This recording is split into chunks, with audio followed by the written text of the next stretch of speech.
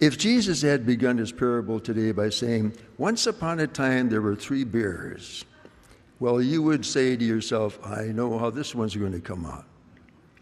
And that's just what his listeners were thinking when Jesus began the parable with, "Once upon a time there was a landowner who planted a vineyard."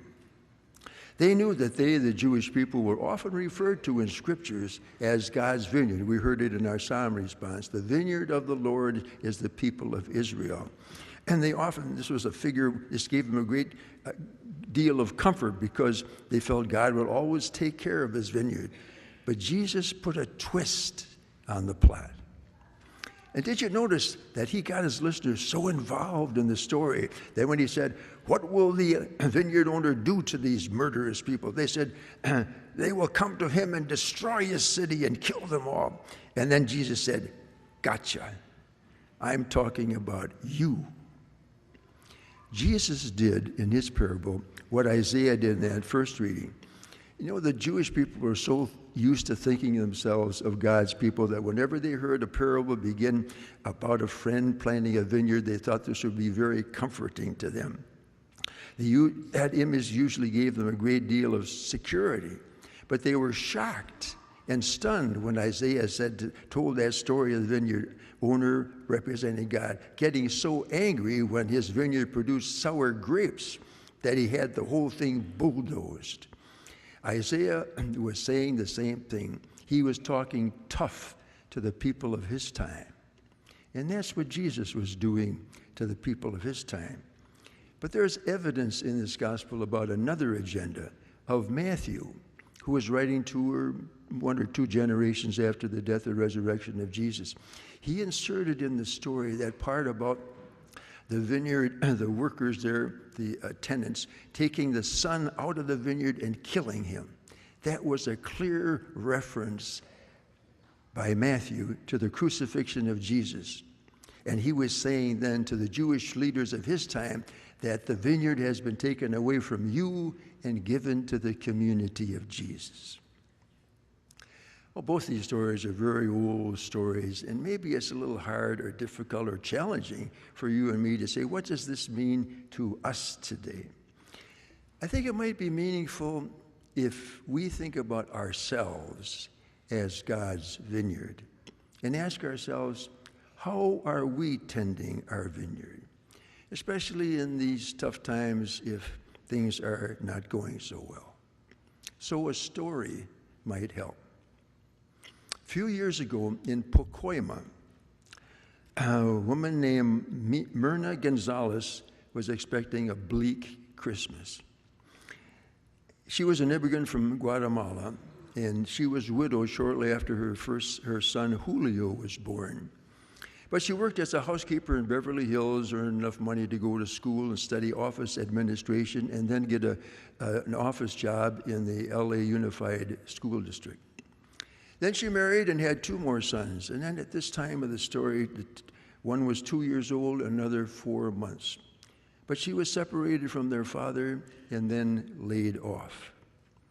Still, she managed to save for Christmas because all year long, she had put whatever change was left over from any kind of purchase into a large glass jar. And a few weeks before Christmas, she went down to a cash dispenser to cash in the money that she had saved. Well, she was surprised when out of the machine came $620. That would be enough for a wonderful Christmas to buy toys and clothing and that iPod that little Julio had wanted all year long. But before she could put the money into her purse, a man came up, pushed her against the wall, grabbed the money, and ran off before anybody could stop him. There went her money, and she thought, there went her Christmas. So what to do? She remembered from Julio's school when they were taking up canned collections, canned goods, for an organization called MEND, M-E-N-D, which means meet each need with dignity. So she waited in line at MEND with hundreds of others for 2 hours to sign up for a Christmas basket. And she thought, as she later wrote, we saw the people working so hard, trying to make everything perfect for those of us who were waiting in line. I said to myself, I told my son, they do a lot of help. I wish I could do something for them. And little Julio said, Mom, you love to cook. Why don't you cook them a dinner? So that's what she did. A few days later, enchiladas, taquitos, beans, macaroni salad, flan, all cooked up and delivered by Myrna Gonzalez and Sons. This was her thank you for the Christmas basket she would receive. She told the staff at Mend, you take care of everybody all year. Today you eat a little. Let somebody take care of you. It was a gesture so genuine and unexpected that it brought tears to the eyes of some of the staff members. Myrna Gonzalez had turned sour grapes into sweet wine. I don't know if you heard about the concert in New York City last Sunday. It was called the Global Citizens Festival in Central Park. It drew 60,000 people, but each one had received a personal invitation because each one had done something in their vineyard to alleviate poverty. At that concert, $16.5 billion was pledged to alleviate poverty with projects all over the world.